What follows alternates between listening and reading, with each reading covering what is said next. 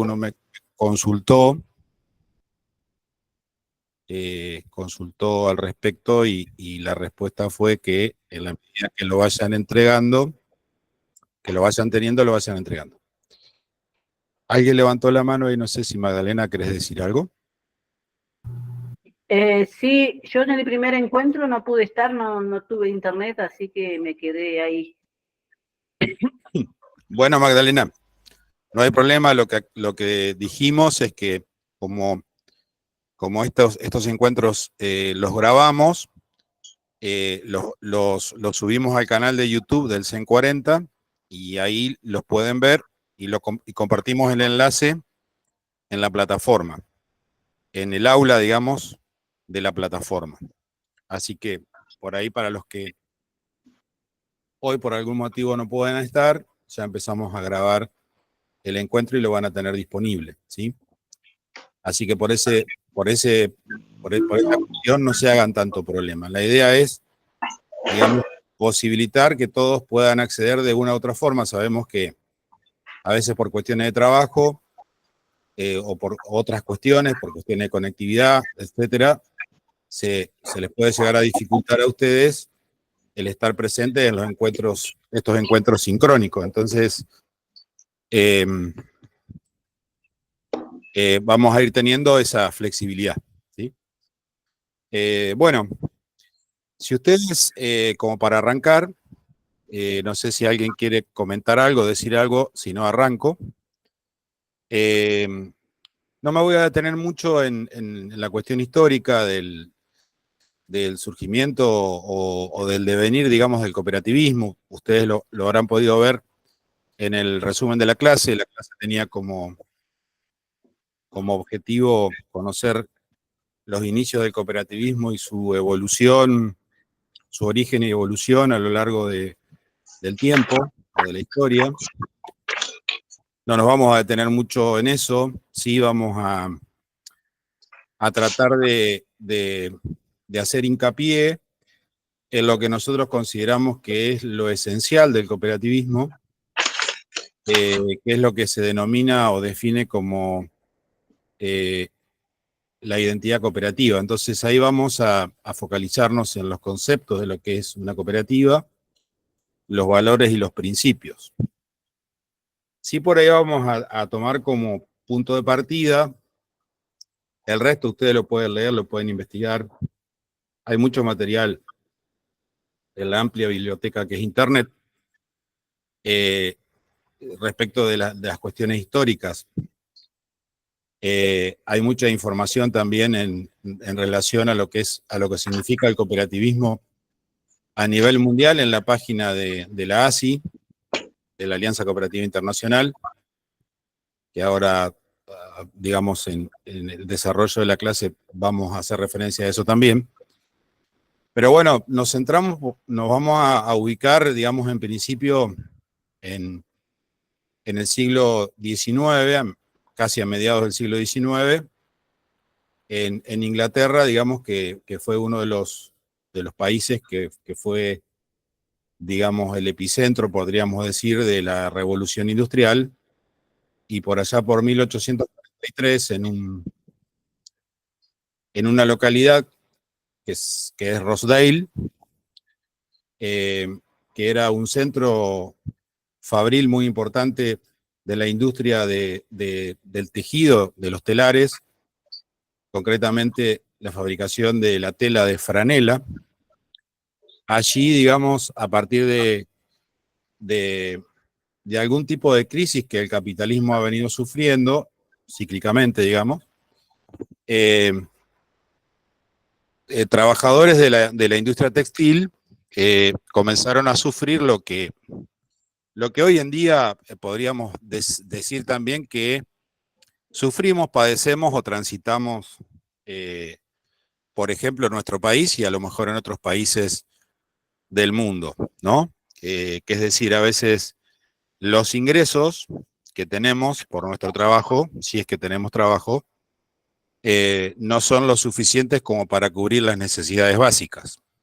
Entonces, las personas de esa época, imagínense en el contexto en el que las personas vivían, que no es el contexto que nosotros tenemos hoy.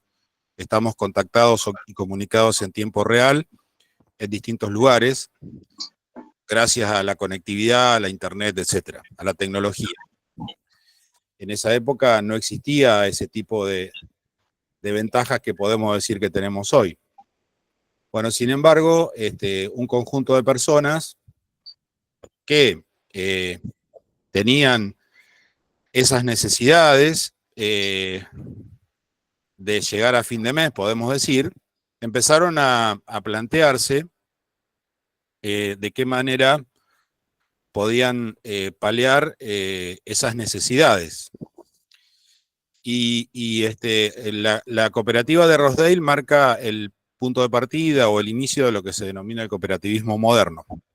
Si bien la cooperativa se constituye un 24 de octubre de 1844, y no se denomina cooperativa, se denomina la Sociedad de los Equitativos Pioneros de Rosedale. Ahora vamos a hacer alguna referencia a eso.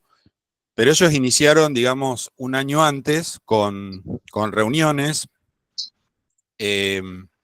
Podemos decir que ante la necesidad que les era común, digamos, comenzaron a plantearse de qué manera poder resolver esas cuestiones.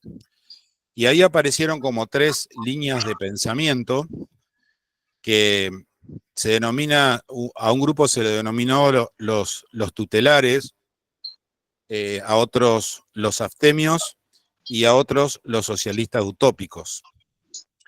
Es interesante porque los tutelares planteaban que había que modificar las leyes, había que modificar la Carta del Pueblo, que es la Constitución de Inglaterra, y abolir la pobreza por ley, es decir, que por ley no hubiera más pobres.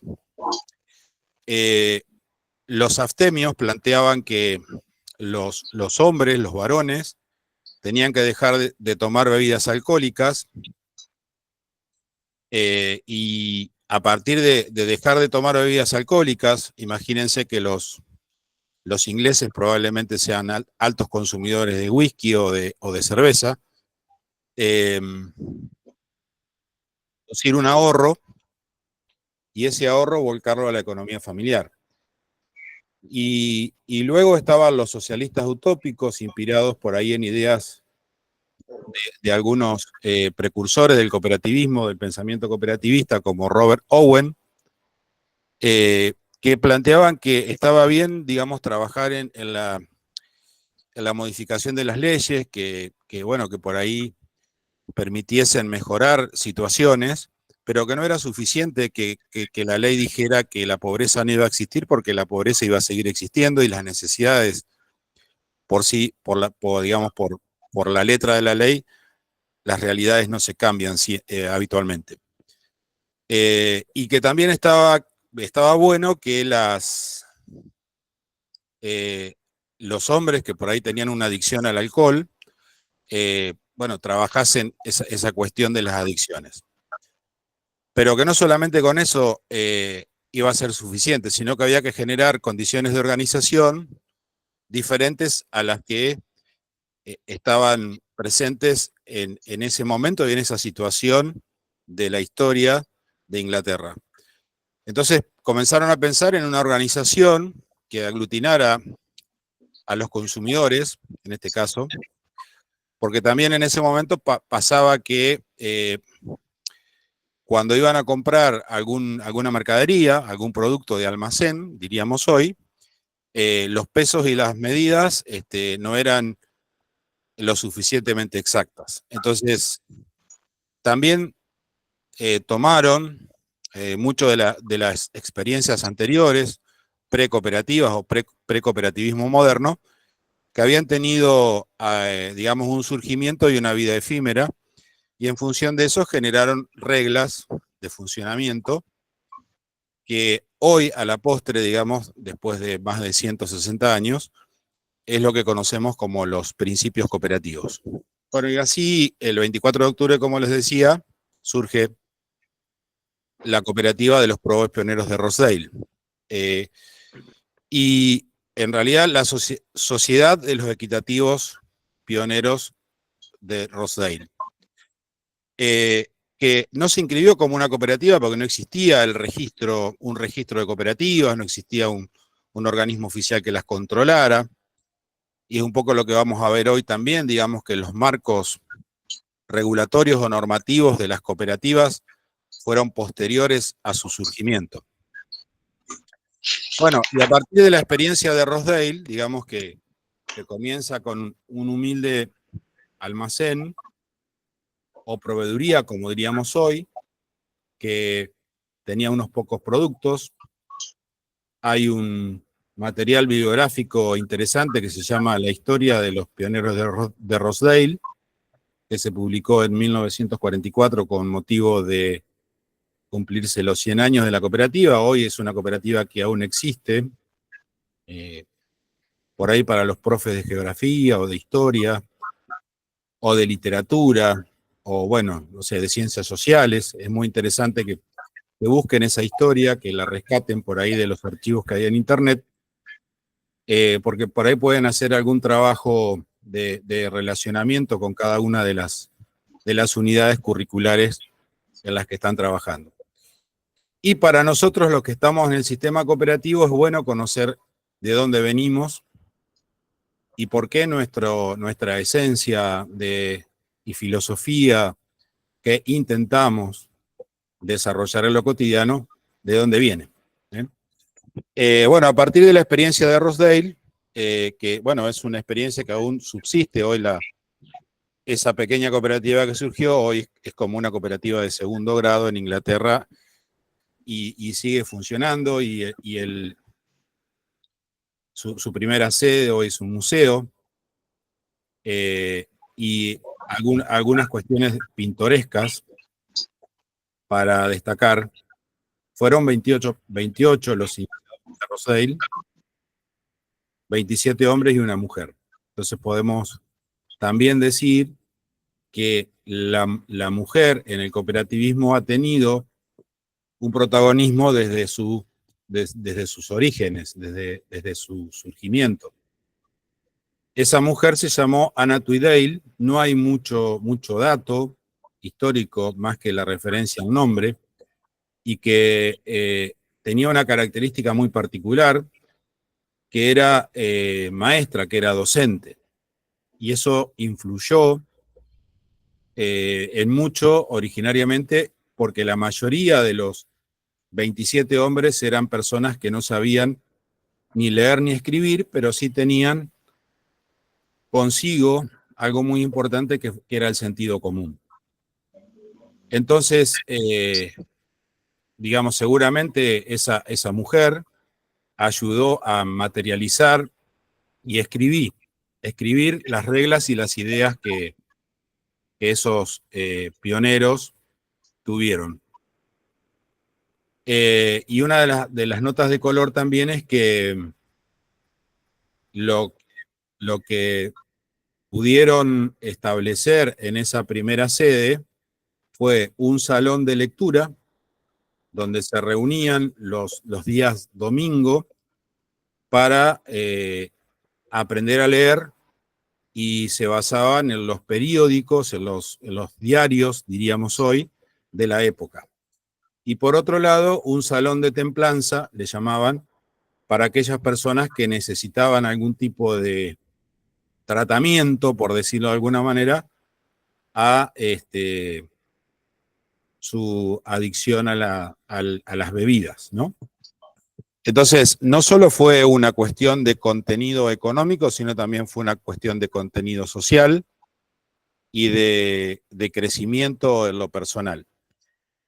Eso, digamos, esa experiencia se comienza a replicar en Inglaterra y en todo lo que hoy es Europa, digamos, los países europeos, Francia, Alemania, Italia y otros países de Europa, y obviamente llega a nuestras tierras, a América, a partir de los procesos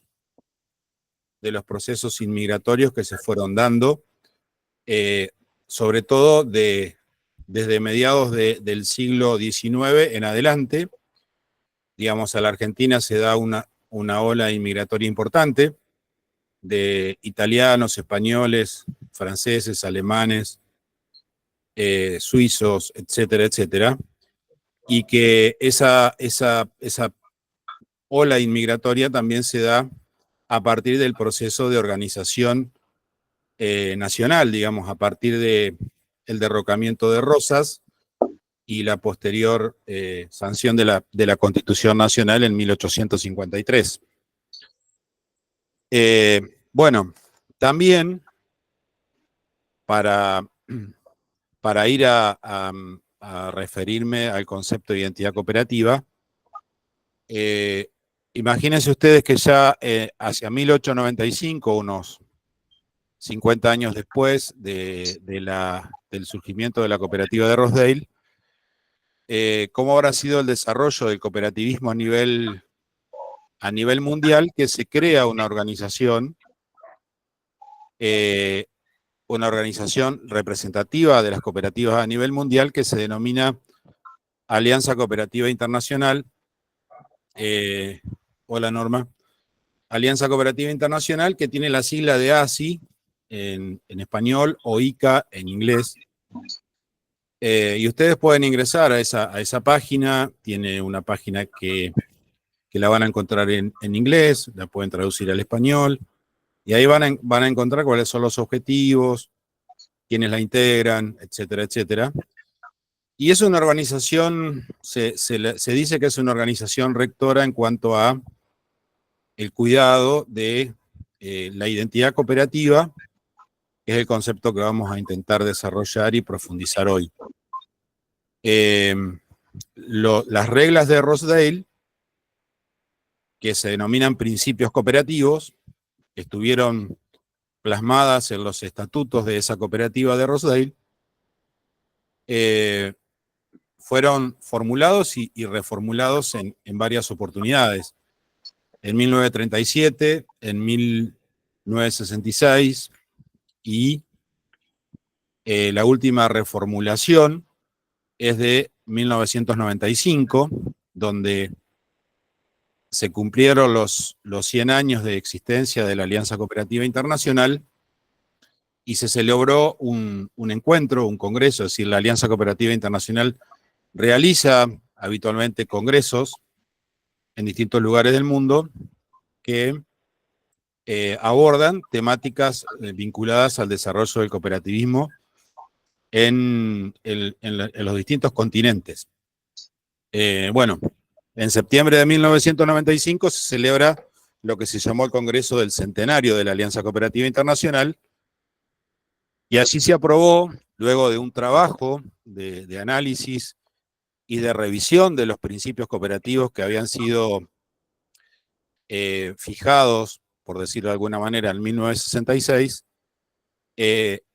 se emite una declaración que se llama Declaración de Identidad Cooperativa. ¿Y por qué de identidad cooperativa? ¿O por qué se llamó de identidad cooperativa? Porque es justamente los componentes que ahora vamos a analizar a continuación, son los que hacen diferentes a las cooperativas respecto de otro tipo de organizaciones, de las sociedades comerciales, de las asociaciones civiles, de las fundaciones, etcétera, ¿sí? Bueno, entonces, esa declaración de identidad cooperativa se basa como en 3 patas. La primera de ellas es la definición de lo que es una cooperativa. La segunda pata son los valores de las cooperativas y de los cooperativistas. Y la tercera pata son los principios cooperativos. Entonces, un poco lo que vamos a desarrollar hoy es eso, tratando de entender cada uno de los términos o de las palabras que se utilizan para poder tener un poco más de conocimiento al respecto. Perfecto, ahí Iván aclara dónde está ubicado Rosedale. No sé si les dije que, bueno, la cooperativa de Rosedale se inicia sus actividades, sus operaciones, un 21 de diciembre de 1844. Para los que somos o formamos parte del cooperativismo, decimos que el cooperativismo es un movimiento que considera a las cooperativas como un tipo de organización que a través del trabajo conjunto puede resolver las necesidades y las aspiraciones de las personas, ¿no? Desde el punto de vista económico y social. Y ese movimiento se esfuerza o procura la difusión y la consolidación de las cooperativas. Otra de los objetivos de esta clase era tratar de ubicar dónde está el cooperativismo en el contexto de la economía. Si nosotros planteamos que la economía se divide en tres grandes grupos: la economía capitalista, la economía estatal, pública o centralizada, y el tercer componente estaría dado por la economía social y solidaria, o un concepto ampliado de esta economía es no solo la economía social solidaria, sino se amplía el término a economía social solidaria, popular y comunitaria. Bueno, el cooperativismo forma parte de este último grupo, está dentro de lo que es la economía social solidaria, institucionalizada, le agregamos. ¿Por qué? Porque tenemos una forma jurídica específica. También podemos encontrar como denominación no solo la economía social, popular, comunitaria, sino como tercer sector, sector no lucrativo, etc. Esto de que decimos del sector no lucrativo, después lo vamos a ampliar también, como haciendo una introducción de la clase que vamos a publicar el día de mañana. ¿Hasta acá va quedando claro el concepto? ¿Alguna duda? Si quiere alguno levantar la mano, hacer alguna consideración, lo podemos hacer. Si no, avanzamos en esta primer pata de la identidad cooperativa. Imaginemos que tenemos un banquillo con tres patas. Una pata es la definición, otra pata son los valores y otra pata son los principios. El desbalanceo de alguna de esas patas en las cooperativas es digamos, un factor de que obviamente cuando nos vamos a sentar en el banquito se nos ponga complicada la cosa. El equilibrio es muy importante. Entonces, la definición de las cooperativas, que ustedes la tienen ahí en el desarrollo de la clase, nos dice o nos define que la cooperativa es una asociación autónoma de personas, en principio. Una de las primeras, del primer renglón de la definición, habla de asociación autónoma de personas. Fíjense que el término asociación es muy importante porque desde el punto de vista de lo económico y lo jurídico, el término asociación tiene una connotación diferente, por ejemplo, al de sociedad. No dice que la cooperativa es una sociedad de personas, sino que dice que es una asociación de personas, porque la finalidad está vinculada con la prestación de servicios, como luego vamos a ver. No hay una connotación de lucro. En cambio, en la sociedad, en las sociedades, la finalidad es la de que las personas se unan, que aporten capital y que ganen plata. En las cooperativas, la finalidad es que las personas se unan, aporten capital y presten servicios, sin ánimo de lucro institucional. Esto es, ejemplo, en una cooperativa de trabajo, que las personas puedan unirse, aportar capital, desarrollar una actividad, tener trabajo y tener un ingreso lo más justo posible por ese trabajo. En el caso de una cooperativa, por ejemplo, del sector agropecuario, que los productores agropecuarios, pequeños, medianos o grandes, puedan nuclearse en una cooperativa y obtener condiciones de colocación en los mercados más convenientes para sus productos o aprovisionarse de productos y de servicios más convenientes para los asociados. En una cooperativa de servicios públicos, por ejemplo, una cooperativa de agua, brindarse una comunidad un servicio de provisión de agua potable en las condiciones más convenientes, o de cloacas, o de otro tipo de servicios como pueden ser servicios de sepelio, servicios de cable, internet, televisión, etc. ¿Se entiende? Entonces, de ahí también la denominación de un miembro de una cooperativa. Hablamos de asociación, entonces un miembro de una cooperativa, para referirnos a un miembro de una cooperativa o a los miembros de la cooperativa o de las cooperativas, nos tenemos que referir como asociados. Los miembros de las cooperativas son asociados. A veces utilizamos como sinónimo el término socio, los socios o las socias de las cooperativas.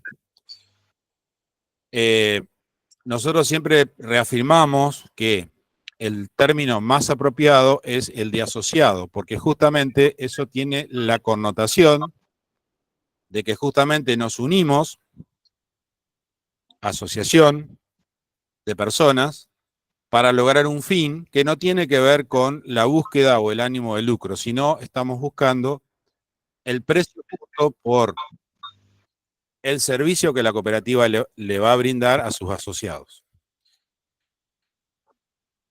El otro aspecto de la definición es que esa asociación de personas es autónoma, asociación autónoma de personas.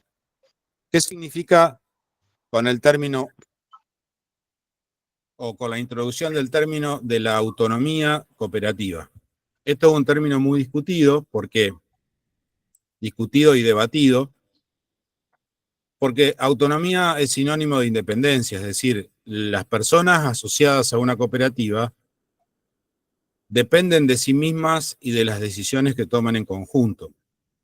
¿Esto qué significa? Que una cooperativa es una entidad privada, es una entidad de derecho privado en términos jurídicos, no es una entidad estatal ni cuasi estatal.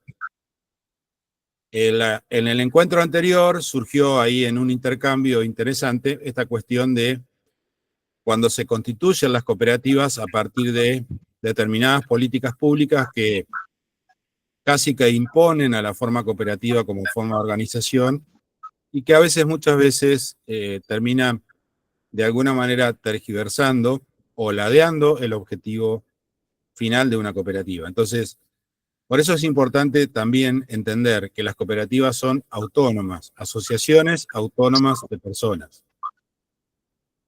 Otro componente de esta definición es la unión voluntaria, asociación autónoma de personas que se han unido voluntariamente. Es decir, que no hay una adhesión compulsiva, obligatoria, a una cooperativa. Si la persona decide voluntariamente adherirse o asociarse a la cooperativa, lo hace porque es consciente o debería ser consciente de que es la mejor opción para satisfacer o resolver una necesidad individual y también colectiva. Bueno, el para qué de la cooperativa es la satisfacción de necesidades y aspiraciones económicas, sociales y culturales. Y acá también es importante hacer una reflexión respecto de los términos que se utilizan. ¿Qué es una necesidad y qué es una aspiración? Podríamos preguntarnos, o yo les podía preguntar. Bueno, muchas veces cuando hacemos alguna charla así presencial con los grupos que están interesados en conformar una cooperativa, era una pregunta bastante recurrente. ¿Qué es para ustedes una necesidad y qué es para ustedes una aspiración? ¿Es lo mismo? ¿No es lo mismo? ¿Se diferencian? Bueno, teniendo en cuenta un clásico, dice Rubén, exactamente. Bueno, las necesidades tienen que ver con lo inmediato. Es decir, si ustedes necesitan, valga la redundancia, sostenerse para poder vivir, necesitan un trabajo. Entonces lo que van a salir es a buscar trabajo. Van a agarrar su currículum, porque ahora necesitamos para conseguir un trabajo tener un currículum, un CV, lo van a empezar a repartir, van a ir, no sé, recorriendo posibles lugares, porque lo que quieren es un trabajo.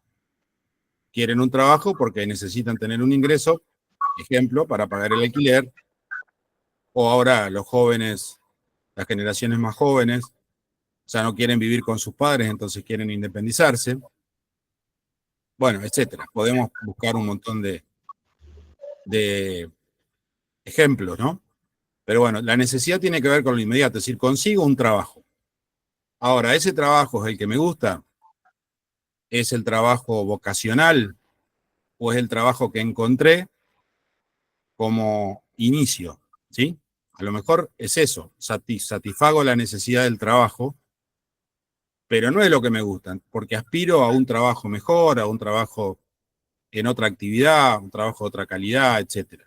Entonces, decimos que la necesidad tiene que ver con lo inmediato, con el hoy, con el ahora, y la aspiración tiene que ver con lo más inmediato, con lo más de mediano, quizás, y largo plazo, ¿sí? Muchos de ustedes a lo mejor han transitado por experiencias de ese tipo, todos en realidad las hemos transitado, y hemos tomado a lo mejor un trabajo, sea en relación de dependencia o sea un trabajo asociado, y después hemos intentado ir mejorando la calidad. Entonces, bueno, a veces en las cooperativas pasa esto, digo, en una cooperativa de trabajo, bueno, nos pueden decir los chicos de la cooperativa de la hormiga circular cuáles han sido sus experiencias, sus necesidades, sus aspiraciones. Seguramente Magdalena Porma con la cooperativa ganadera indígena de Comayo nos puede decir lo mismo. Por ahí estaba alguien de la cooperativa de agua de Beltrán que nos puede decir lo mismo, o alguna otra cooperativa que esté presente. O alguno de ustedes en el campo de la docencia, ¿no? Empezaron a buscar en las asambleas de nivel inicial, de nivel primario, de nivel medio, un cargo. Y después, un cargo docente, y después a lo mejor aspiraron a tener, no sé, a irse a otra escuela, etcétera, etcétera. ¿Se entiende el concepto de la necesidad y la aspiración? Entonces decíamos que las dimensiones de ese intento de resolución de necesidad y aspiración pasa por lo económico, lo social, lo cultural, y que son aspiraciones, necesidades y aspiraciones comunes. El vehículo, el instrumento, es lo que la definición denomina la empresa, ¿sí? Por medio de una empresa, habla la definición, que es de propiedad conjunta y democráticamente gestionada por sus asociados. Fíjense lo importante. Muchos años se debatió si la cooperativa era una empresa o no era una empresa. De hecho, si ustedes hicieron alguna lectura de la ley de cooperativas, van a ver que la ley de cooperativas la denomina entidades. Son entidades fundadas en el esfuerzo propio y la ayuda mutua. Ya vamos a ir sobre eso también. ¿Por qué? Porque, bueno, el concepto tradicional de empresa nos indicaba que esa estructura, esa organización, y el concepto tradicional de empresa estaba muy relacionado con el concepto del capital, del capitalismo, que es la búsqueda de lucro. En este caso, estábamos hablando de la empresa como organización que coordina distintos factores necesarios para lograr los fines. Entonces, para que una cooperativa sea sustentable, necesita de un capital físico, necesita de un capital financiero, necesita de recursos humanos, necesita de ese capital humano para que junto con el factor material podamos lograr los fines y los objetivos que estamos buscando como organización. Ahora bien, ese conjunto de factores materiales y humanos tienen una propiedad que es colectiva, que es conjunta, es decir, no hay un dueño, sino que en la cooperativa somos todos en parte dueños. Y que el gobierno de la cooperativa o la gestión de la cooperativa se define en términos de democracia. ¿Qué significa esto? Ya lo vamos a profundizar también. Que cada persona vale por lo que es y no por lo que tiene aportado a la cooperativa. Esto, en términos generales, es lo que nos define a una cooperativa. Hasta acá está claro. ¿Tienen alguna duda, algún aporte? Los escucho. Les doy 30 segundos.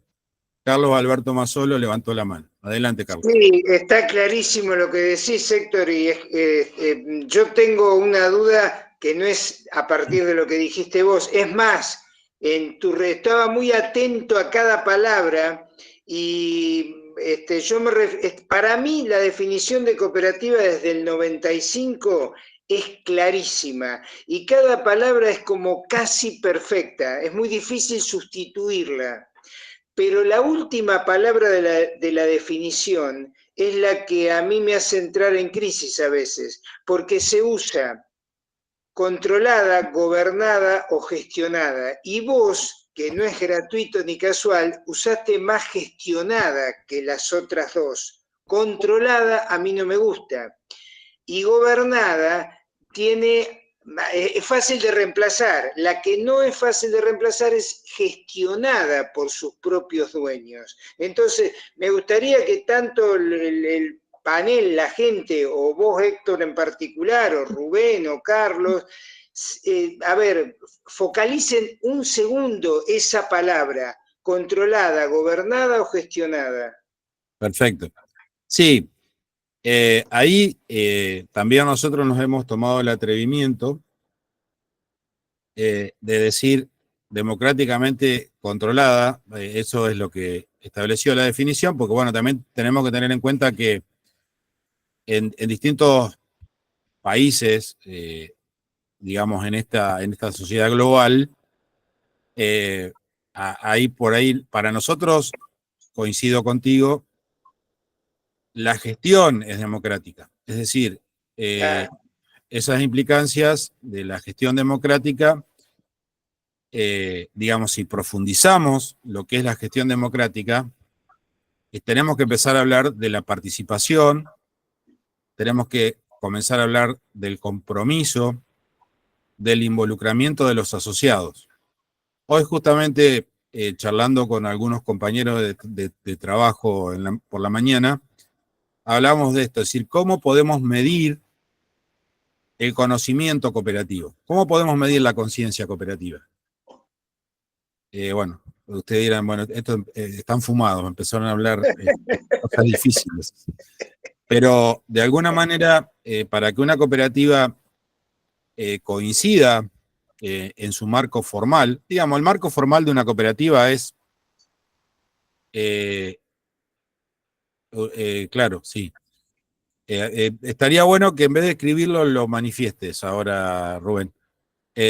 La cuestión es que en las cooperativas a veces tenemos, como en todo, digamos, como todo en la vida, tenemos el marco formal y tenemos el marco real.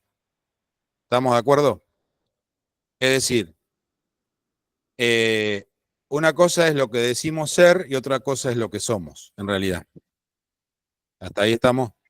Entonces, el marco formal, a ver, lo voy a llevar al terreno humano. El marco formal de un matrimonio.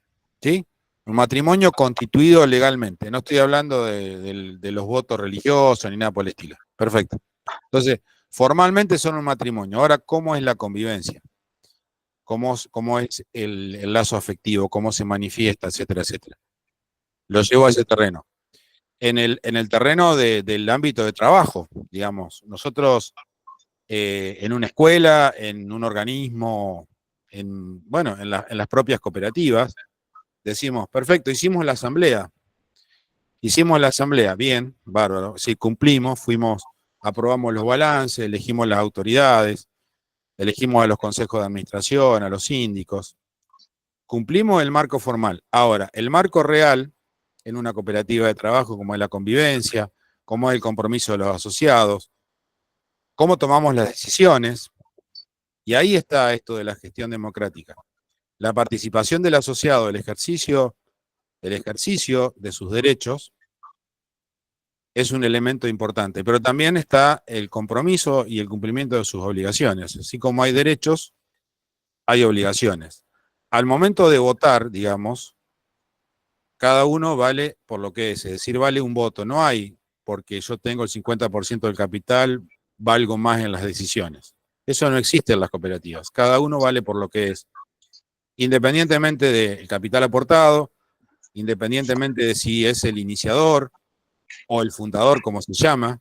No, porque yo soy socio, muchos te dicen, soy socio fundador, tengo más derechos que los que entraron después. Y no es así.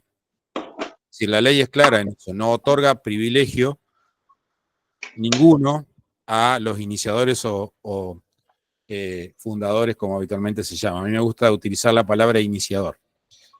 Pero bueno, sí, a ver, también Rubén hacía referencia, y no sé si querés explicarlo, Rubén, con tus palabras, al control por parte de los asociados. Dale, Rubén. Buenas tardes, ¿cómo les va? Estoy un poco afónico. En realidad yo te entiendo, Carlos, el concepto que vos decís de control, porque nosotros arrastramos sobre esa palabra épocas un tanto duras con el tema de control. Pero en realidad, vos cuando chequeás el ticket del supermercado, estás controlando. Eso no significa que ejerzas poder sobre eso. Y en las cooperativas, tanto la gestión que hace el Consejo de Administración como el control que hace la sindicatura o la Junta Fiscalizadora es control. Y los asociados con su voto, cuando miran toda la asamblea, ejercen control sobre lo hecho. Si bien han cedido poder sobre los dirigentes, sobre los asociados que forman parte de los órganos de control, ejerces un control. Vos ejerces, no hay que generalizarla mal la palabra control. Nosotros tenemos un arrastre con esa palabra que es muy dura, como te digo, de otras épocas. En todas las actividades tenés una especie de control. Vos tenés control cuando vos salís de gira de que llevas todos los elementos. Hay un control, hay una evaluación, hay un seguimiento. Lo llevo, está, titín, titín, titín. O sea, que pasa por ese lado el control, que es democrático, no recae sobre una sola persona. Cuando vos le cedes al síndico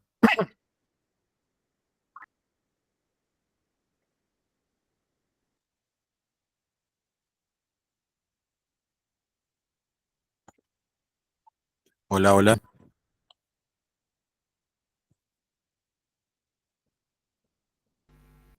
Se medio cortó. Se cortó, se tildó, no sé si me escuchan. Sí, Bueno, sí, ahí está. Se te congeló, Rubén. Está bien. Sí, Héctor, ahí subí, diga. digamos, de algún modo para continuar mientras Rubén Se sale descongela. Sí, sale el se descongela porque allá en Bariloche hace frío. En realidad, Carlos, siguiendo la línea porque digamos, nosotros siempre, vos nos conocés de hace 30 años, cuando encuentran o cuando trabajan sobre la definición, cuando habla la traducción del inglés al castellano genera una distorsión, ¿sí? Esto lo hemos charlado con Héctor en nuestra mateadas de estos últimos años. Entonces, en realidad, si lo buscas la definición de inglés y le buscas un sinónimo en inglés, es mucho más abarcativo el concepto, o más suave si se quiere. Viste que los ingleses no tienen adjetivos. ¿Qué quiero decir con esto? Por eso puse los sinónimos que tenemos. A ver, somos todos libres, está todo bárbaro, pero bueno, tenemos que cuidar lo nuestro. Cuidemos lo nuestro, protejamos lo nuestro, evitemos que ninguno de los nuestros se exceda en sus facultades o en sus funciones. Perdón, Néctor, ¿podés seguir vos? Tengo que contestar una llamada. Bueno, perfecto. Sí, creo que bueno, a veces, digamos, el castellano tiene mucho más, más sinónimos y también más antónimos que por ahí el inglés. Entonces, a veces como estas definiciones se han generado o por ahí en ese idioma universal que es el inglés, cuando, como decía Iván, a veces las traducciones al castellano aparecen palabras que para nosotros no son tan amigables. No sé si coincidís en eso. Digamos, podríamos decir, bueno, una palabra más amigable es la gestión democrática.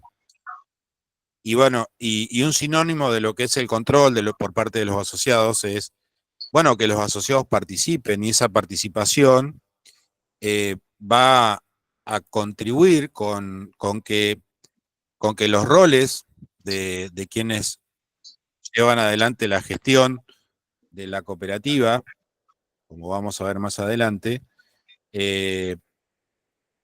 digamos, sirva de acompañamiento también, ¿no? Entonces, Héctor, sí, digo, por ahí, fíjate lo que le acaba de pasar a Rubén, le metieron tanto control desde la tecnología que quedó congelado, ¿viste? Entonces, claro, no vuelve. Bueno, no, digo, mirá, yo hice, sobre tu relato, hice una columna, asociación, autónoma, voluntaria, empresa, democracia. sí, Digo, no tienen que explicarme a mí, digo, porque fui el que intervino en esto, digo, esos conceptos no están perfectos en la definición.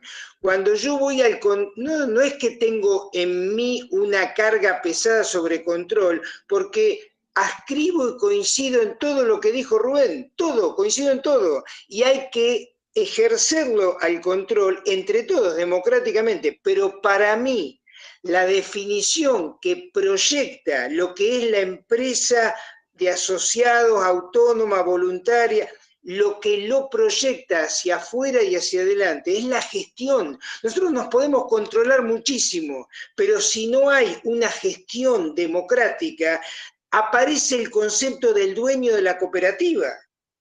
Digo, eso es lo que yo me cuestiono, que para mí es acá, en la Patagonia, en Río Negro, tenemos las cooperativas de trabajo, tenemos que ser autogestivas, además de autónomas, autogestivas. Digo, entonces ahí meto lo de la gestión. Y sí, hay que controlar, y yo estoy de acuerdo con que haya un organismo de control, pero yo quisiera que ese organismo de control sea local, que mi organismo de control esté lo más cercano posible. Sí, me refiero, que esté adentro de Río Negro, no que me controlen de Linares, de la capital. Yo no quiero eso.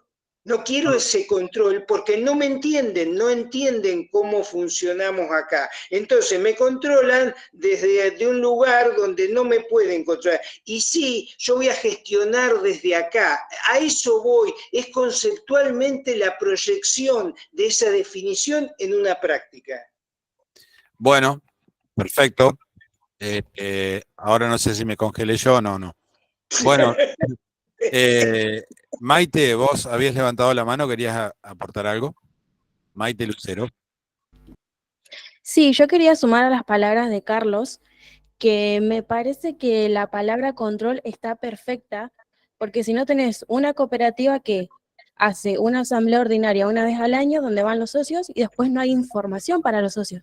Entonces, controlar es lo ideal.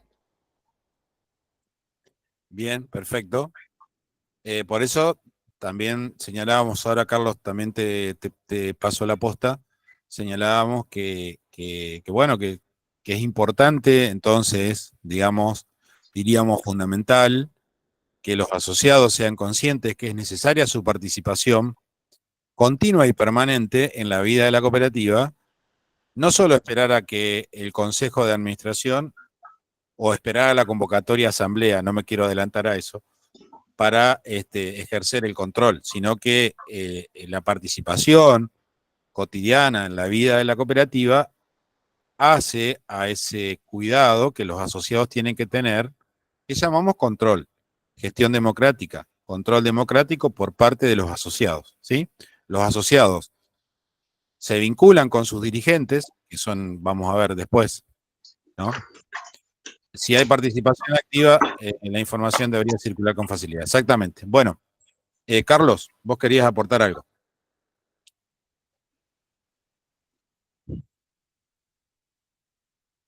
Carlos, se lo seguí.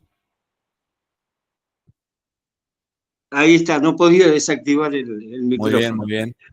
No, con respecto al concepto, con lo que decía Carlos Mazzolo, que está bárbaro, yo creo que esa referencia cuando dice una empresa democráticamente controlada, se refiere al control interno que decías vos de los asociados, más allá de la participación, sino al control de asistir a una asamblea, elegir, todo ese control interno, no el control estatal.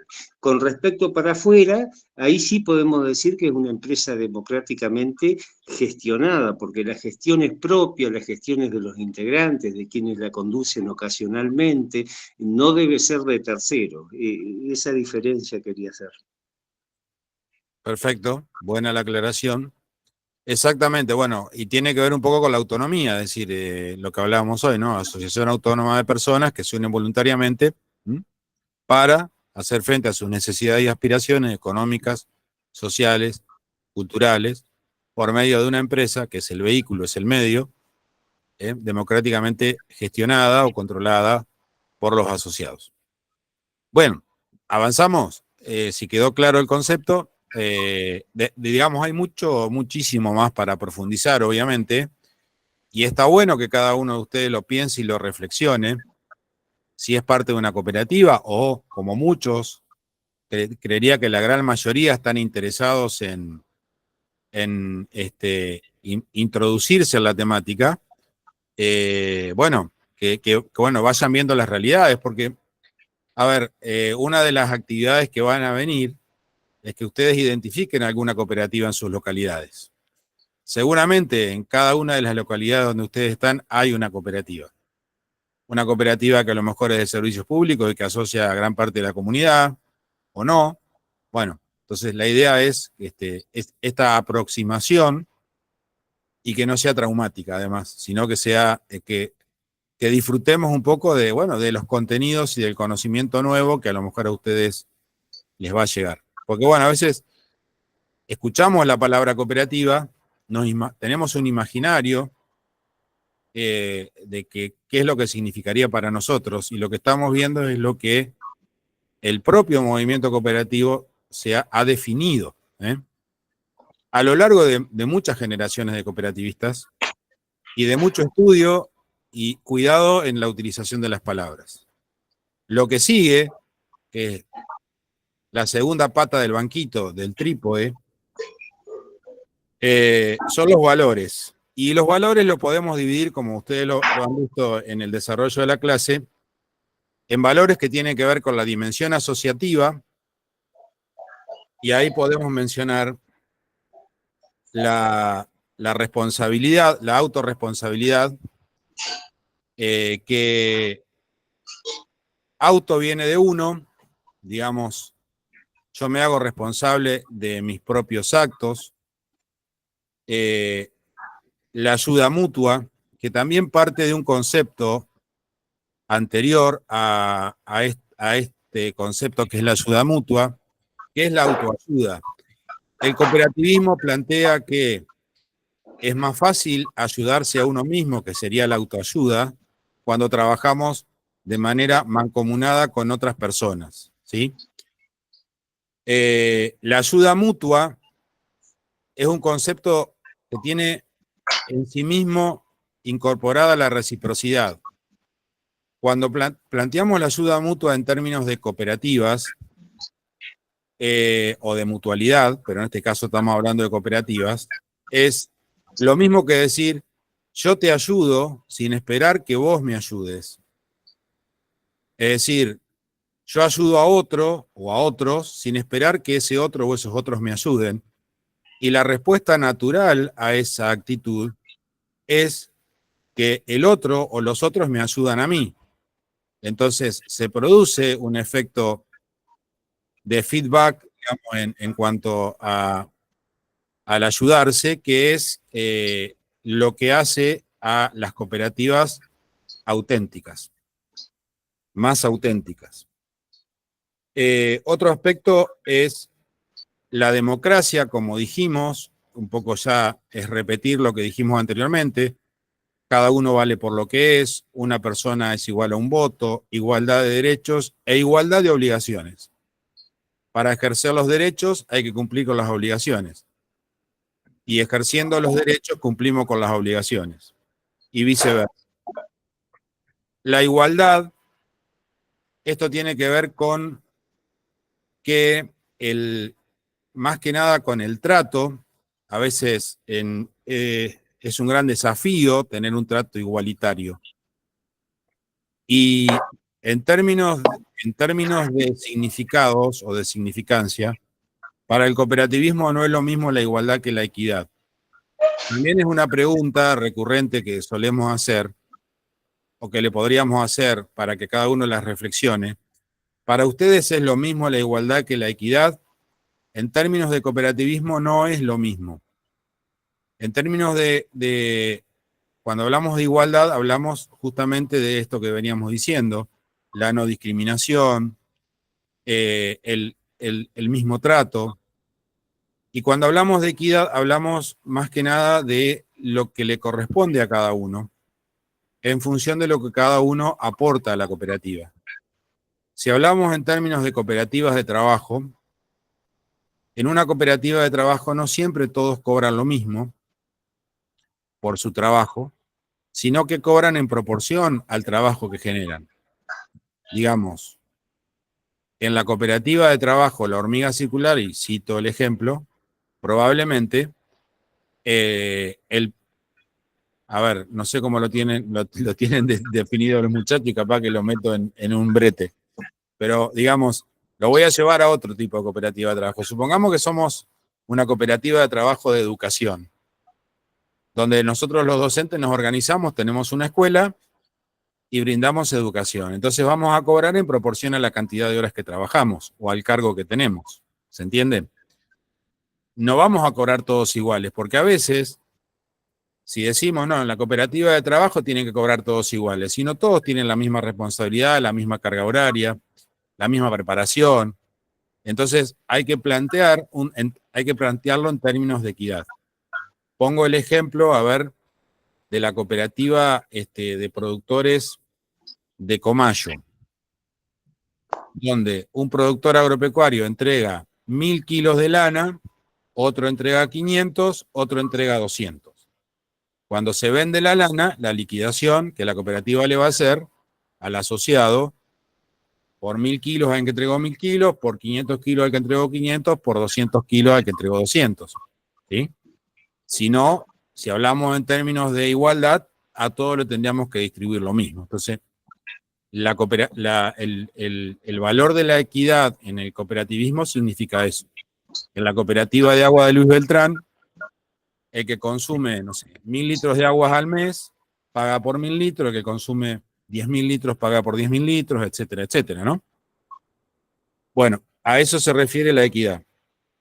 Y el valor fundante o central, digamos, que de alguna manera contemplaría todo lo demás, es la solidaridad, entendida no como un concepto de caridad, que es dar lo que me sobra, sino dar lo que me cuesta dar. Es decir, cuando uno es parte de una cooperativa y asume compromisos y responsabilidades con el conjunto de los otros coasociados,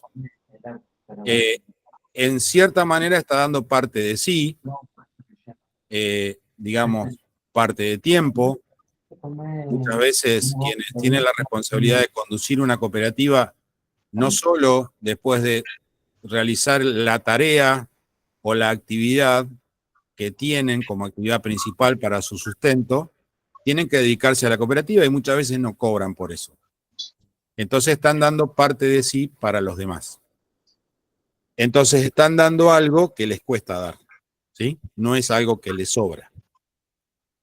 Y los otros valores que tienen que ver con la dimensión ética son la honestidad, o sea, valores de los cooperativistas serían estos, la ética empresarial del cooperativista, la honestidad, es decir, no estar pensando a ver a quién puedo jorobar, la transparencia, que tiene que ver con no andar escondiendo la leche o no andar con el cuchillo escondido abajo del poncho, sino que las cooperativas justamente se caracterizan por no tener nada que ocultar, la apertura hacia la asociación de nuevas personas en los términos que ya vamos a analizar más adelante, la responsabilidad social, es decir, hoy se habla mucho en términos de responsabilidad social, es decir, una cooperativa, cómo contribuye con el desarrollo sostenible de sus comunidades, cómo contribuye con el medio ambiente, cómo contribuye con el cumplimiento de los objetivos de desarrollo sostenible que planteó la Organización de Naciones Unidas. Y la preocupación por la comunidad que tiene que ver con esa responsabilidad social que está implícita en la esencia de las cooperativas. Esta sería un poco la segunda pata de la identidad cooperativa, los valores de las cooperativas y los valores del cooperativismo. Y cocinamos ahora, temprano, y son las 8. Bueno, Eric está pensando en la comida, muy bien. Y el tercer elemento son los principios cooperativos, que son las reglas prácticas a través de las cuales las cooperativas intentan poner de manifiesto esos valores y esa definición de la que hablamos anteriormente. En 1995 se definieron 7 principios cooperativos. Uno de ellos es la adhesión voluntaria y abierta. A ver si te puedo silenciar, Carlitos. Ahí está. La adhesión voluntaria y abierta como primer principio. El segundo principio es el control democrático por parte de los asociados. Acá volvemos a utilizar la palabra control. El tercer principio es la participación económica de los asociados. El cuarto principio es la autonomía y la independencia. El quinto principio es la educación, la capacitación y la información. El sexto principio es la cooperación entre cooperativas y el séptimo principio es la la preocupación por la comunidad. Te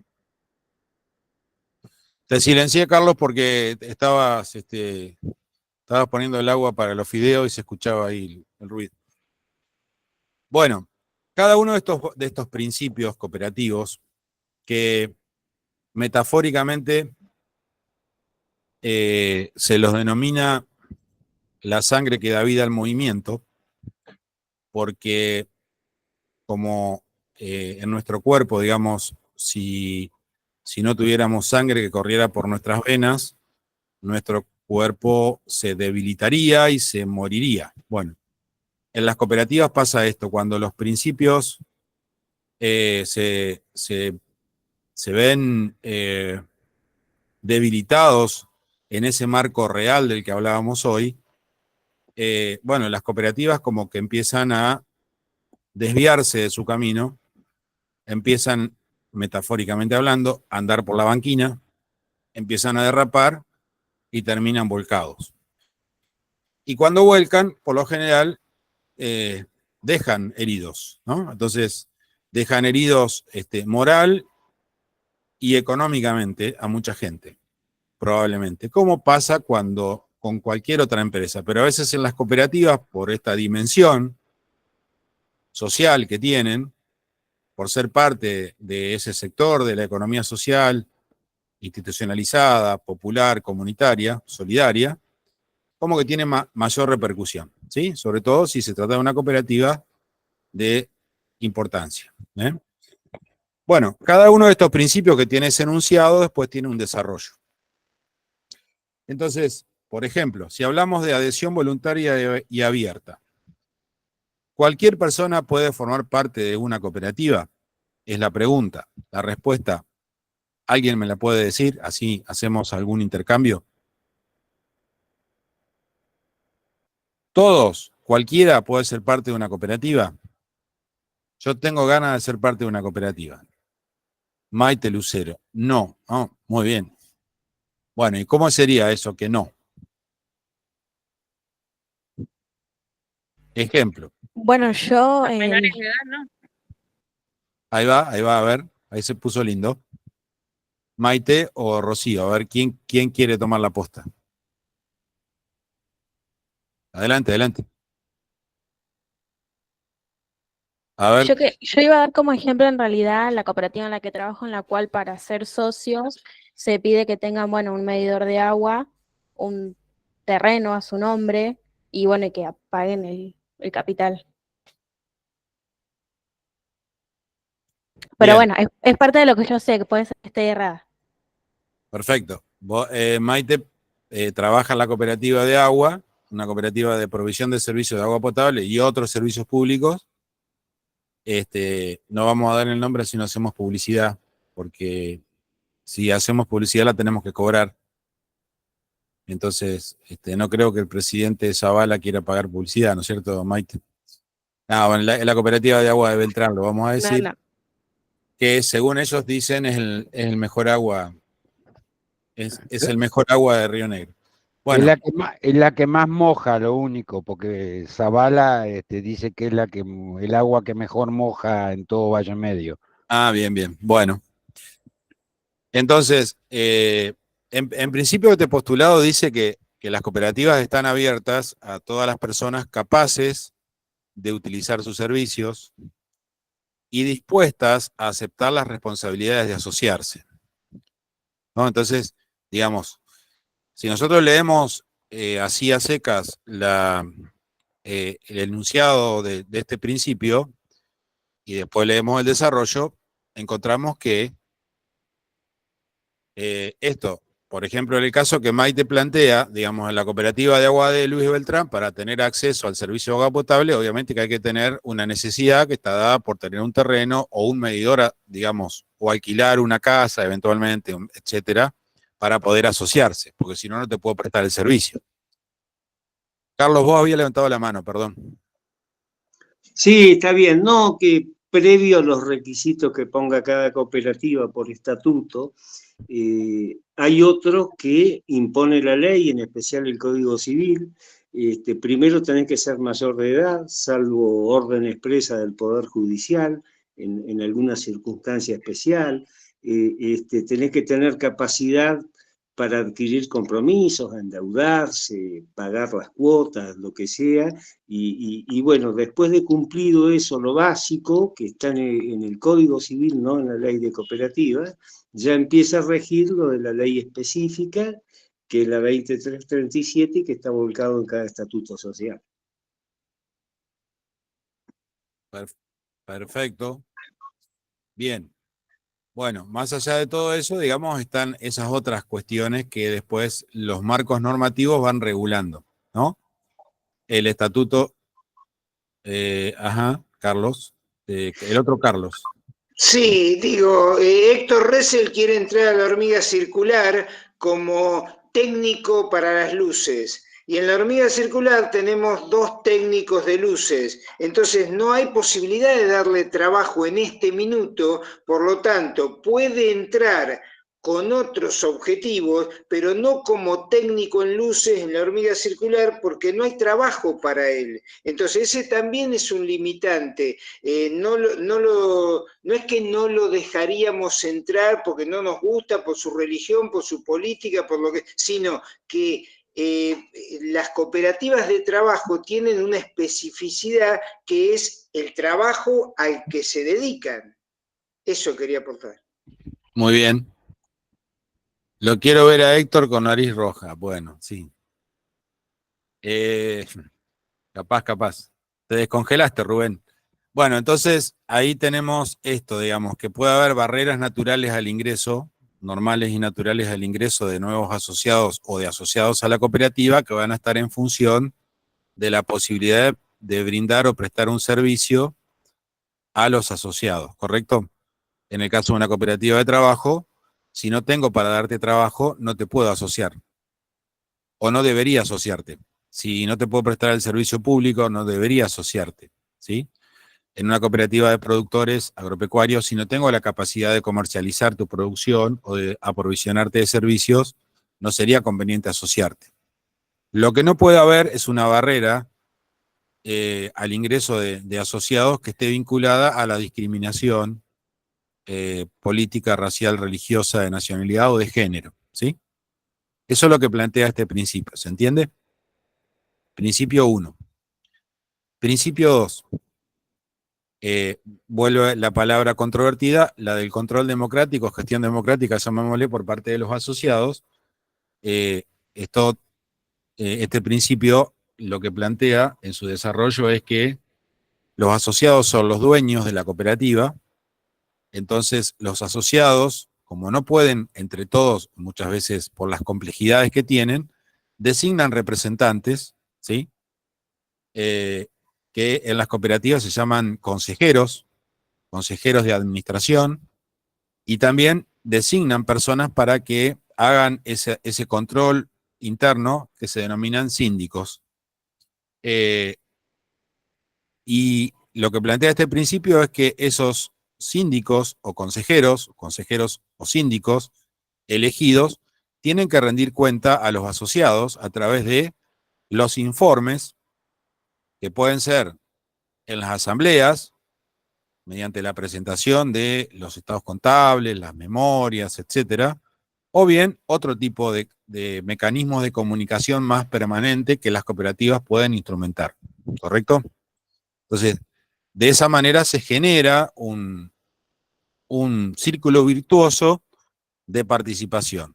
La democracia formal y la democracia real. Hacia eso tenemos que tender, digamos, que hay a tratar de acercar la democracia formal de la democracia real. La real participación, que vuelvo a reiterar, según mi concepto, y esta es una opinión personal, con la que pueden ustedes estar de acuerdo o no, que la participación se construye con involucramiento, no solo con asistencia. Sino, la participación es no solo asistir, sino es opinar, es involucrarse en las actividades de la cooperativa, es proponer, etcétera, etcétera. ¿Correcto? Bueno, el tercer principio de participación económica de los asociados, claro, tiene que ver con el interés. Sí, obviamente.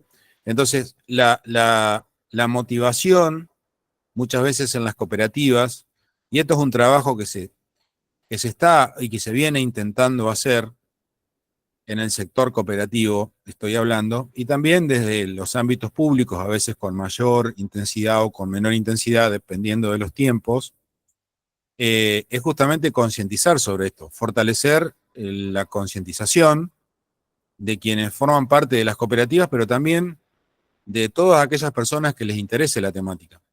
Entonces, en función de los intereses, claro, seguramente está la participación. El tema es cómo motivamos el interés, ¿sí? Digo, para los que están en la docencia, creo que ayer u hoy escuchaba a un colega docente que trabaja en el nivel medio, yo trabajo en el nivel superior, entonces a veces la diferencia del nivel superior es que como no es obligatoria la educación superior, el que va realmente por interés. Y entonces se involucra porque le interesa. Y bueno, con relación a veces al nivel medio, ¿cómo cuesta motivar a las generaciones nuevas, jóvenes, en las distintas temáticas? Es decir, ¿cómo los convencemos que la matemática le va a servir para la vida?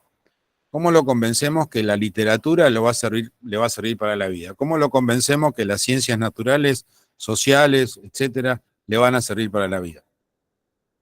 ¿Qué metodología utilizamos? Bueno, capaz que acá la metodología que estamos utilizando es una metodología conductista y no constructivista. Bueno, lo que intentamos es que sea constructivista.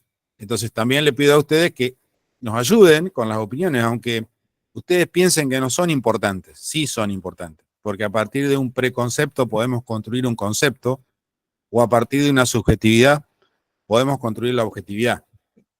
¿Se entiende? Bueno, participación económica de los asociados. ¿Qué dice este principio? Este principio dice que así como los asociados contribuyen con la formación del capital, lo gestionan democráticamente. Ya lo dijimos. Bueno. Y que en el caso de que exista un resultado económico en las cooperativas, se debe distribuir de manera equitativa. Es un poco lo que hablábamos hoy. ¿Cómo distribuimos el producido de la venta de la lana?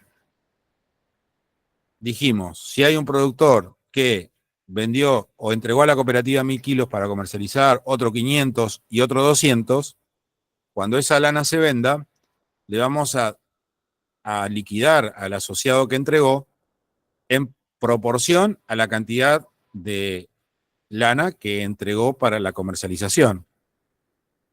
Y así en los distintos tipos cooperativos. Entonces, cuando nosotros hacemos las cuentas, en un periodo de tiempo, la vida de las cooperativas se divide en ejercicios económicos, es decir, nosotros tenemos establecidos en nuestros estatutos una fecha de cierre de ejercicio económico, momento en el cual hacemos el denominado balance, y ahí vamos a hacer la cuenta de lo que ingresó, es decir, cuánto vendimos de lana, en el ejemplo que dábamos, de los asociados, cuánto le liquidamos, qué otros costos tuvimos de administración, de impositivos, de contador, alquileres, traslados, bla, bla, bla.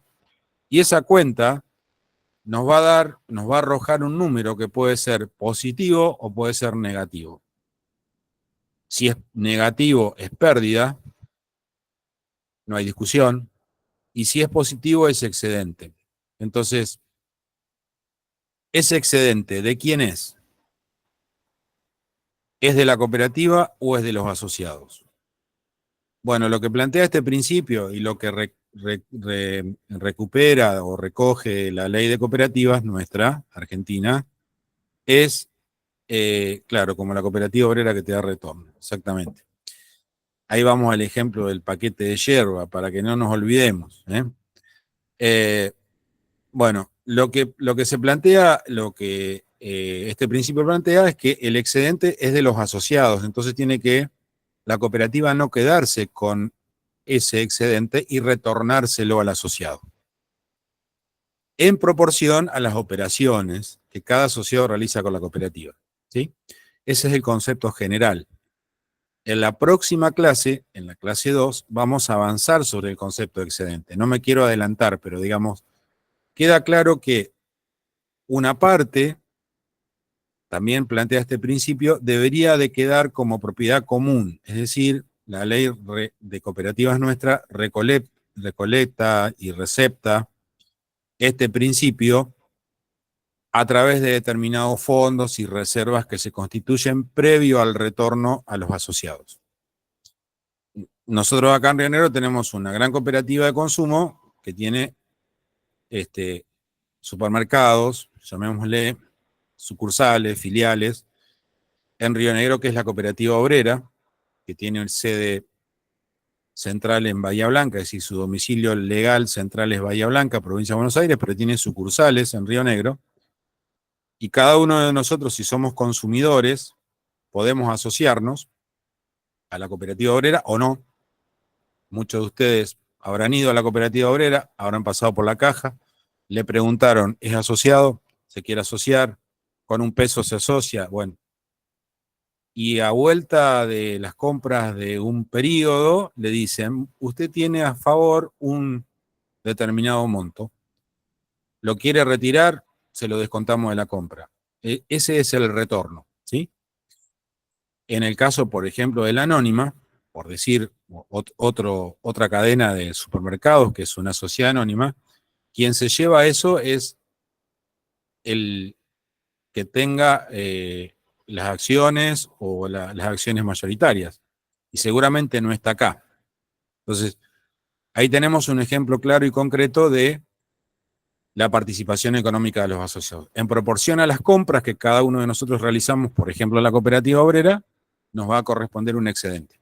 Si no compramos durante el ejercicio, no nos va a corresponder nada. ¿Sí? Vuelvo a reiterar, no me quiero adelantar sobre la clase próxima, que vamos a hablar sobre el concepto de excedente, sobre el concepto de, del excedente repartible, del excedente no repartible, etc. Pero lo que le tiene que quedar claro a ustedes es que el excedente en las cooperativas pertenece a los asociados. El cuarto principio, y acelero un poquito porque se nos va la hora, autonomía e independencia es un principio que lo vimos cuando veíamos la definición. Las cooperativas son organizaciones autónomas gestionadas por sus asociados. Lo que plantea este principio es que si intervienen en acuerdos con otras personas, jurídicas, humanas, gobiernos, lo hagan en términos de que no se condicione esa independencia y ese poder de decisión de los asociados, que son los dueños de la cooperativa. El quinto principio cooperativo, que habla de educación, capacitación o entrenamiento e información, tiene que ver con que las cooperativas, y esta es, creo, la mayor debilidad de las cooperativas, es la de procurar que sus miembros asociados, las personas vinculadas a la cooperativa, a la comunidad en general, entiendan de qué se trata el cooperativismo. Esto es, puedan abrir la mente para comprender y entender su filosofía, la filosofía, el pensamiento cooperativo, y a partir de eso interiorizar esa identidad de la que estamos hablando y poder ponerla en práctica. Porque partimos del concepto de que nadie quiere lo que no conoce. Nadie quiere lo que no conoce. Entonces es importante que quienes somos miembros conozcamos para querer a nuestra cooperativa o a nuestras cooperativas o a las cooperativas hipotéticamente que vamos a constituir, pero también tengamos las habilidades necesarias para la gestión, para gestionarlas democráticamente como hablábamos. Y gestionar no solo implica convocar una asamblea, no solo implica predicar los valores y los principios, sino implica tener que gestionar desde el punto de vista, llamémosle, de prestación de servicios. No quiero utilizar la palabra comercial, pero digamos, tenemos que comercializar nuestros servicios. La cooperativa de trabajo, la hormiga circular, tiene que vender sus producciones artísticas.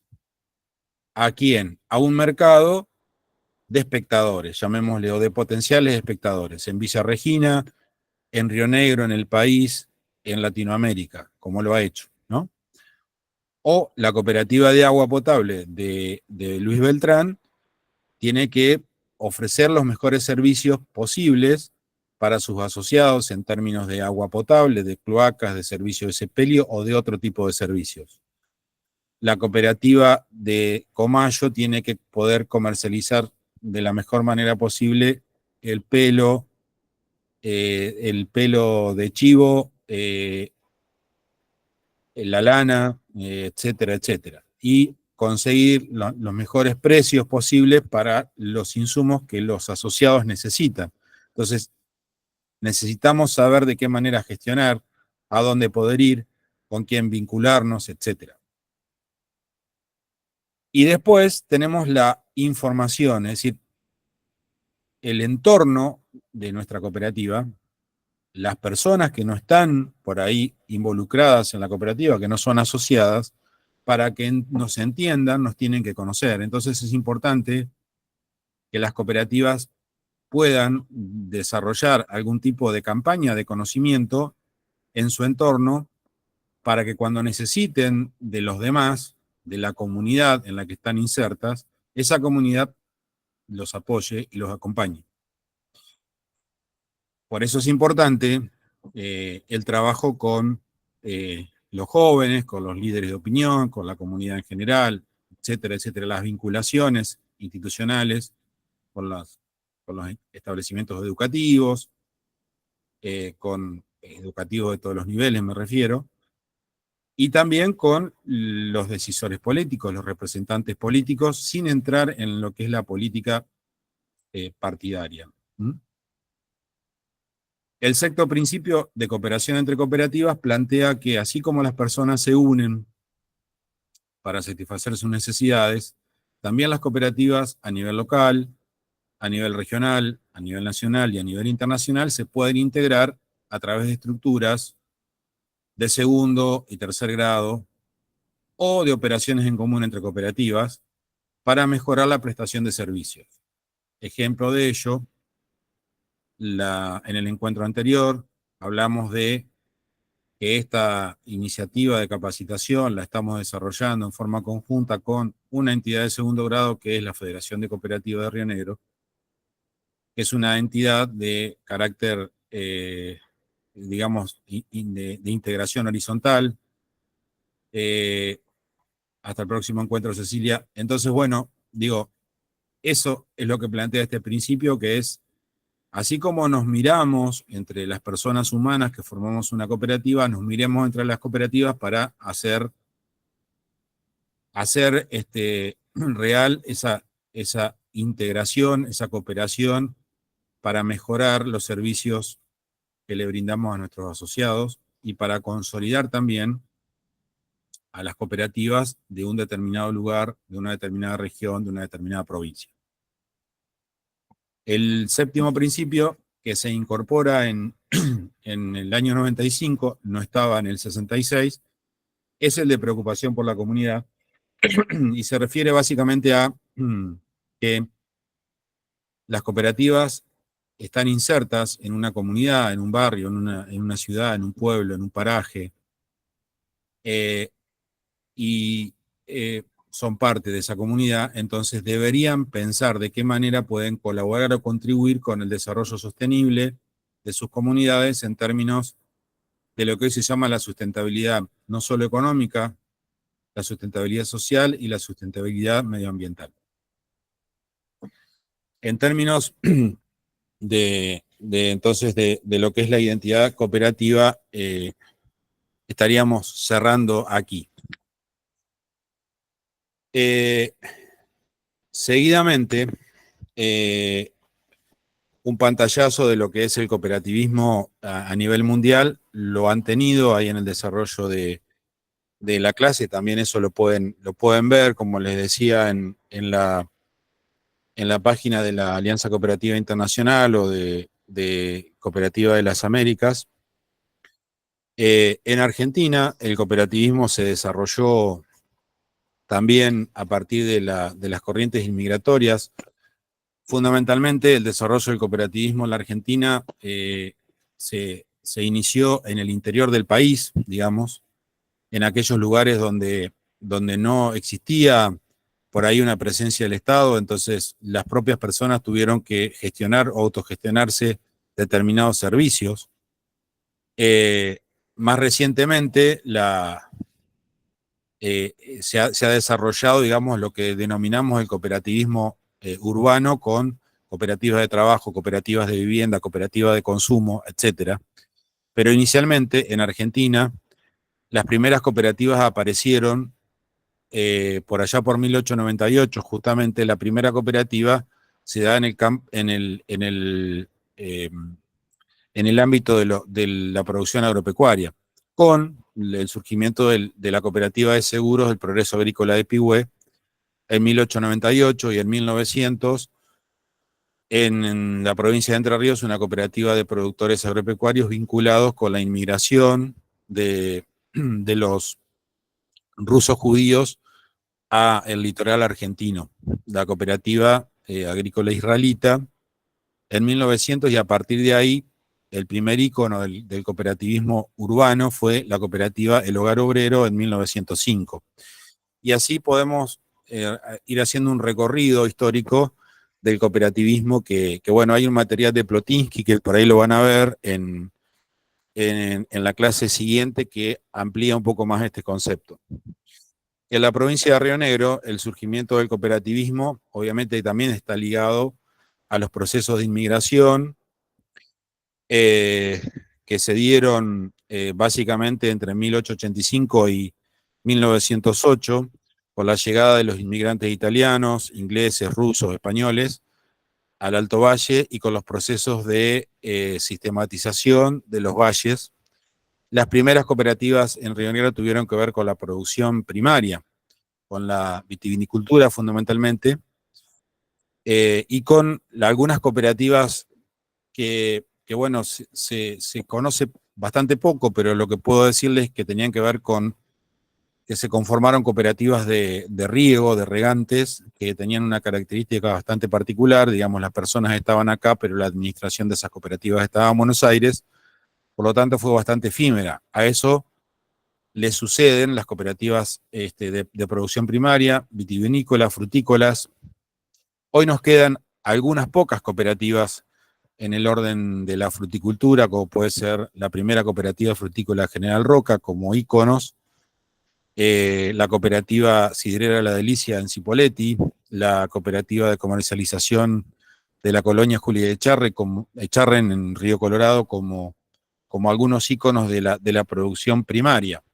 Muchas quedaron en el camino en la década de los 80, 90, con, bueno, crisis económicas recurrentes y sucesivas que tuvo nuestro país.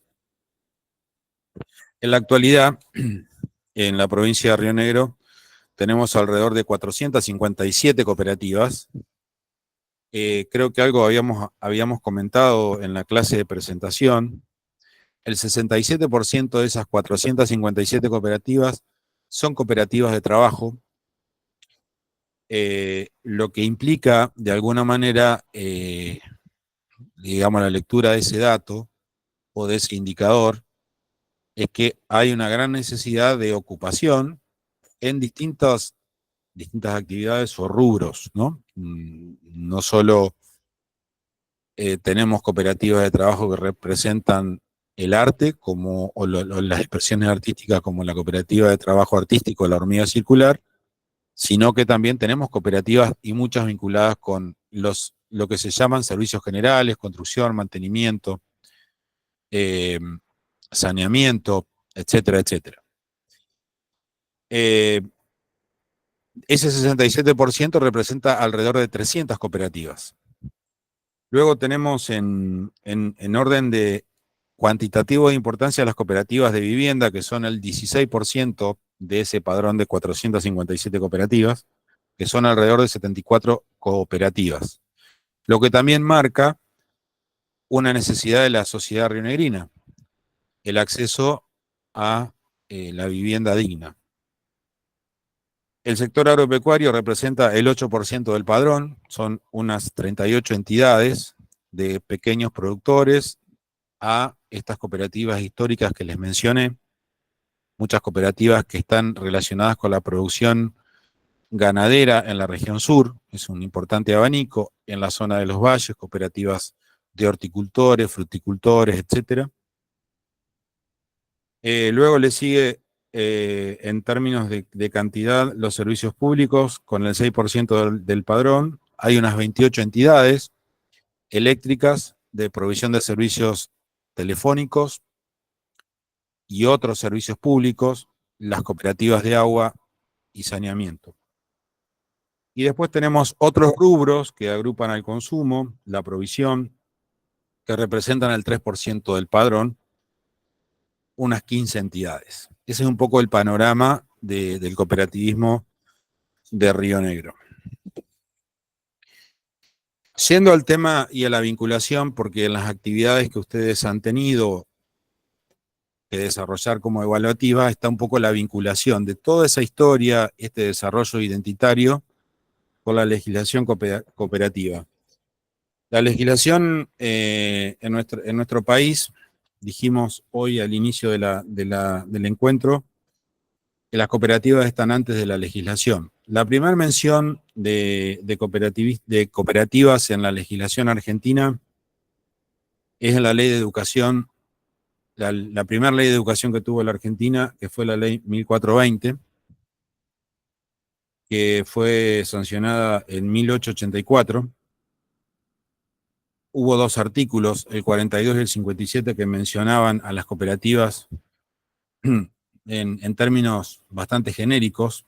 No se sabía muy bien si eran cooperativas de docentes, bibliotecas cooperativas, etcétera, etcétera, pero ya había una mención de este tipo de entidades o de organizaciones. El Código de Comercio, sancionado en 1889, también, digamos, en 3 de sus artículos, 392, 393 y 394, hacía referencia a las cooperativas. La primera ley de cooperativas fue consecuencia del desarrollo que las cooperativas habían alcanzado hacia 1920. La primera ley de cooperativas, la 11388, fue sancionada el 10 de diciembre de 1926. 40 y pico años después, surge la actual ley, que es la 20.337, que es la que rige actualmente. Acá podemos decir que paradójicamente la ley de cooperativas actual se sanciona, que rige, digamos, este tipo de entidades que vimos, que se gestionan democráticamente con una filosofía de participación, de compromiso, etcétera, fue sancionada paradójicamente en un gobierno de facto, gobierno de la Revolución Argentina. Pero también paradójicamente el movimiento cooperativo tuvo una participación importante en la redacción de la ley, que tuvo como antecedente a la ley de Brasil, la ley de cooperativas brasilera, que se había sancionado en 1972. Actualmente la ley de cooperativas rige sin mayores modificaciones.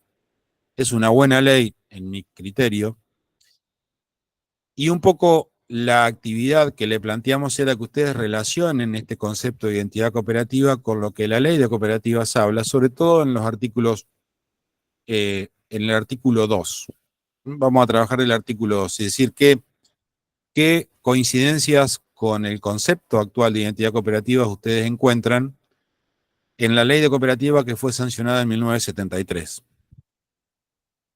Van a ver una definición que da la ley de cooperativas, que habla de que son entidades fundadas en el esfuerzo propio de la ayuda mutua para organizar y prestar servicios, y después las caracteriza. Entonces, en esa caracterización, la idea es que ustedes puedan encontrar o vincular los principios cooperativos, los valores, etcétera, que están presentes en esa definición y caracterización de las cooperativas. Esto para que ustedes por ahí los que entregaron la actividad, bueno, la entregaron. Si la quieren revisar y volver a entregar un documento revisado, lo pueden hacer. Si ven que le pifiaron en algo o revisan algo, algún concepto. Y aquellos que no lo han hecho, véanlo, digamos, la idea es que ustedes piensen y reflexionen. Que nosotros acompañemos el descubrimiento, pero que no le digamos, ¿no? La idea también es esto, digamos, que ustedes sea un proceso, como dijimos, de autoaprendizaje o de autofijación de ese aprendizaje o de revisión de ese aprendizaje. Para nosotros también lo es. Bueno, la clase próxima que va a estar habilitada, bueno, chau, Karina.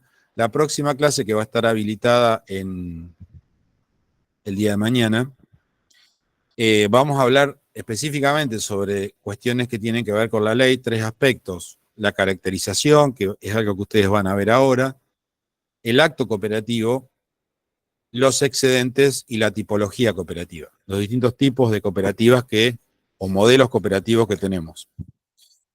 Y para cerrar esto, hablar un poco de la legislación provincial. ¿Por qué es importante conocer la legislación provincial? Porque de alguna manera las leyes nos marcan las políticas de Estado que están pensadas para el cooperativismo en la provincia de Río Negro. Partimos de la Constitución provincial, que fue modificada y vigente actualmente en el año 88, establece un capítulo sobre políticas de cooperativismo y mutualismo. Artículos 100 al 103, 4 artículos que hablan del cooperativismo, de la naturaleza, etc. Vamos a ver que antes de ese periodo hubo 1 o 2 leyes sancionadas y que el periodo de advenimiento de la democracia para acá fue muy prolífero, digamos, desde el 83, sobre todo hasta el 90 y pico, hubo mucha sanción de leyes. Hay un digesto jurídico sobre cooperativismo y mutualismo en la legislatura que es muy interesante. No todas esas leyes se están cumpliendo acabadamente, pero sí marcan un rumbo de política de Estado. Después, la política pública depende de los vaivenes de cada gestión de gobierno. El otro día mencionaba un poco lo que refiere Oslak, que es uno de los autores más renombrados en materia de política pública, que dice que la política pública es el conjunto de acciones y omisiones que manifiestan una determinada modalidad de intervención del Estado en relación a una cuestión. Entonces, ¿cómo quien gobierna el Estado, el gobierno que digamos gobierna el Estado somos todos, desarrolla o no desarrolla acciones que tiendan a cumplir con esa política de Estado?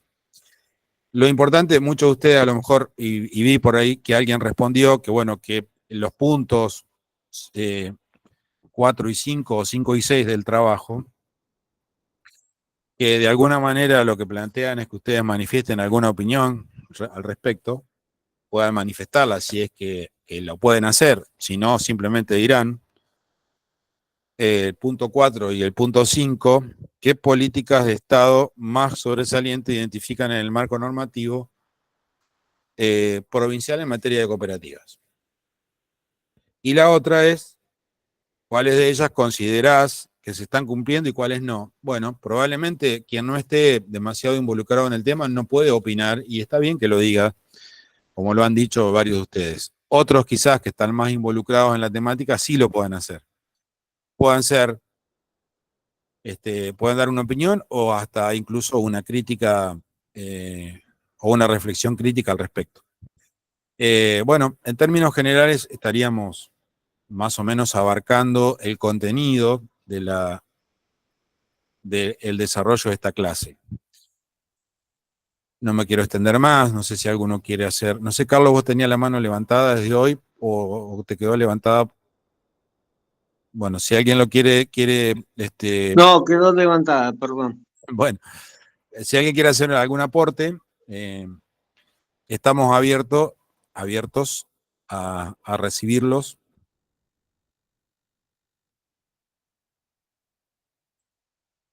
Bien, Nancy.